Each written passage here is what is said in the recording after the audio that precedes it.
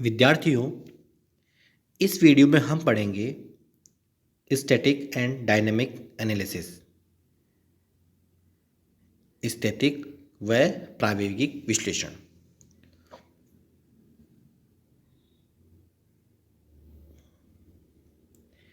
Static व प्रायोगिक विधियाँ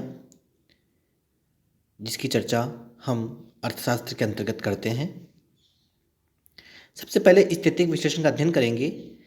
स्टैटिक विश्लेषण का संबंध एक समयावधि में विशेष चल राशियों को केवल संतुलन मूल्यों से होता है। स्टैटिक विश्लेषण में विभिन्न चल राशियों के मूल्य में जो संबंध स्थापित किए जाते हैं वे एक ही समय बिंदु या एक ही समय अवधि से संबंध होते हैं। इसलिए स्टैटिक विश्लेषण को टाइमलेस समय रहित विश्लेषण कहा जाता है।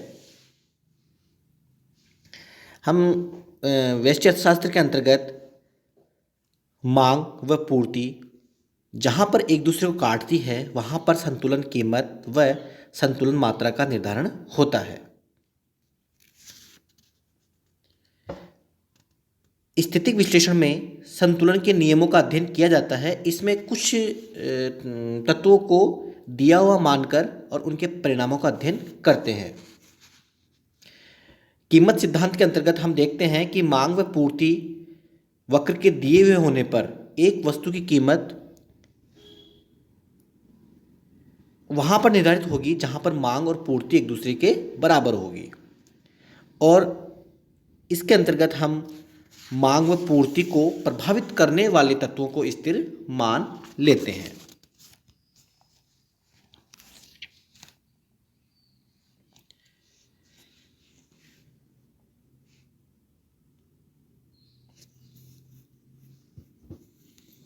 और इनको स्थिर मानकर हम संतुलन कीमत का अध्ययन करते हैं। संतुलन एक स्थिर किस्म का संतुलन होता है। यदि इसमें कोई परिवर्तन होता है तो यह वापस से अपने आप स्थापित होने का प्रयास करता है। जैसे मान लो कि वस्तु की कीमत मांग व पूर्ति की शक्तियों से निर्धारित होती है। जहाँ पर वस्तु की कुल मांग कुल पूर्ति के बराबर होती है वहाँ पर उसकी कीमत का निर्धारण होता है। अगर मान लो किसी भी कारण से वस्तु की कीमत बढ़ जाती है तो मांग की मात्रा पूर्ति की मात्रा से कम हो जाएगी। अब बढ़ी हुई कीमत पर पूर्ति की मात्रा तो क्या होगी, बढ़ेगी और मांग की कम होगी। और इस प्रकार से यह आगे चलकर वापस इसमें संतुलन स्थापित हो जाएगा। इसलिए इसे स्थिर संतुलन कहा जाता है। सामने डायग्राम है, ये स्टैटिक विश्लेषण का एग्जाम्पल है जहाँ पर डी डी जो है वो मांग वक्र है, एस एस जो है वो पूर्ति वक्र है और दोनों एक दूसरे को ई बिंदु पर काट रहे हैं। यहाँ पर संतुलन कीमत का निर्धारण हो रहा है। तो इस प्रकार से ये एक स्थिर संतुलन का उदाहरण है।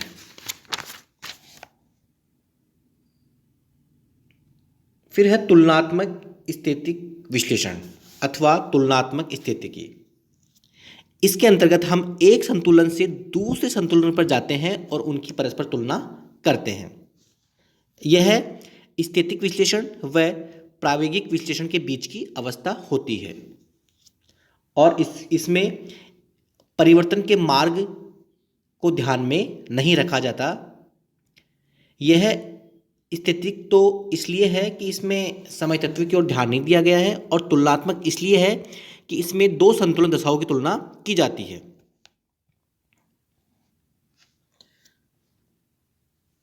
इसका एग्जाम्पल नीचे दे रखा है। ओ एक्स अक्ष पे मांग व पूर्ति की मात्राएं ली गई है और ओ वाई अक्ष पे कीमत ली गई है। डी डी जो है मांग वक्र है, एस एस जो है वो पूर्ति वक्र है। दोनों एक दूसरे को ई बिंदु पर काट रहे हैं। अगर मान लो मांग वक्र बदलकर डी डी से डी डैश हो जाता है तो यह नया संतुलन बिंदु ई डैश होगा जहां पर कीमत ओपी से बढ़कर ओपी वन हो जाती है। तो इस प्रकार से यह तुलनात्मक स्थिति विश्लेषण का एग्जाम्पल है, जिसमें हम एक संतुलन से दूसरे संतुलन पर जाते हैं और उन दोनों का परस्पर तुलना की जाती है।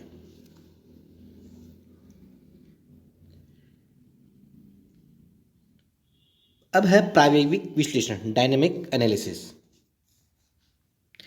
प्रायोगिक अर्थशास्त्र अथवा आर्थिक प्रायोगिकी में आधारभूत तत्व जैसे जनसंख्या का आकार, योग्यता, प्राकृतिक संसाधनों की मात्रा, उपभोक्ता वर्ग की रुचि, पूंजी, तकनीकी ज्ञान आदि बदले जा सकते हैं और इनके परिवर्तनों का प्रभाव उत्पत्ति के परिवर्तनों की दर पर देखा जाता है।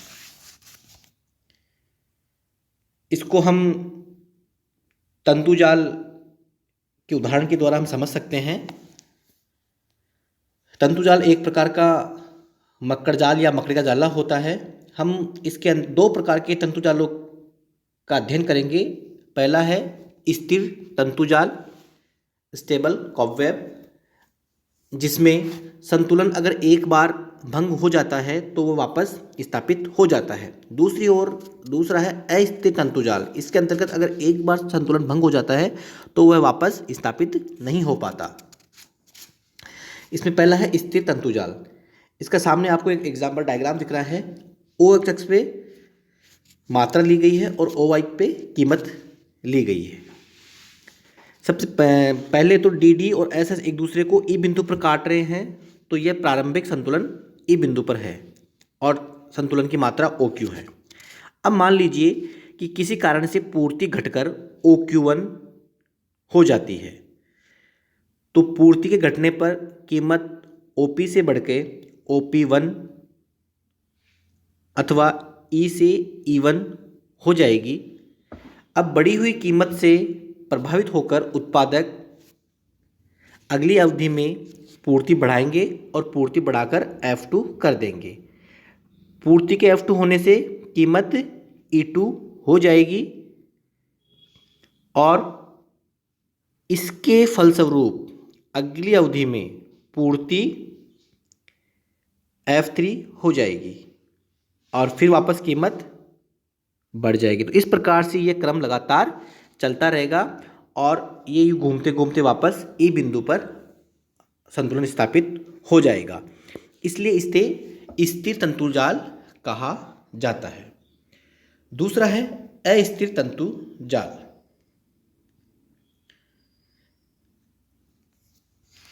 सामने डायग्राम दिख रहा है। इसमें जो मांग वक्र और जो पूर्ति वक्र है वो ज़्यादा फ्लैटर है। यहाँ पर डी डी और एस एस एक दूसरे को ई बिंदु पर काट रहे हैं, तो ये प्रारंभिक संतुलन बिंदु है।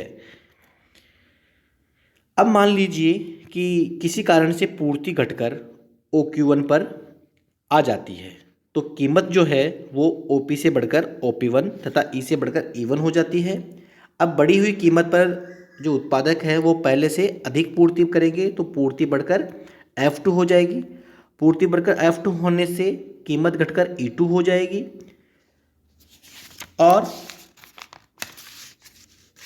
फिर अगली अवधि में जब कीमत घट गई है तो पूर्ति भी घटकर F3 हो जाएगी और कीमत बढ़कर फिर E3 हो जाएगी। तो इस प्रकार से ये जो क्रम है वो लगातार ऐसे ही जारी रहेगा। तो इसमें एक बार अगर असंतुलन प्रारंभ हो जाता है तो वो लगातार आगे बढ़ता रहता है।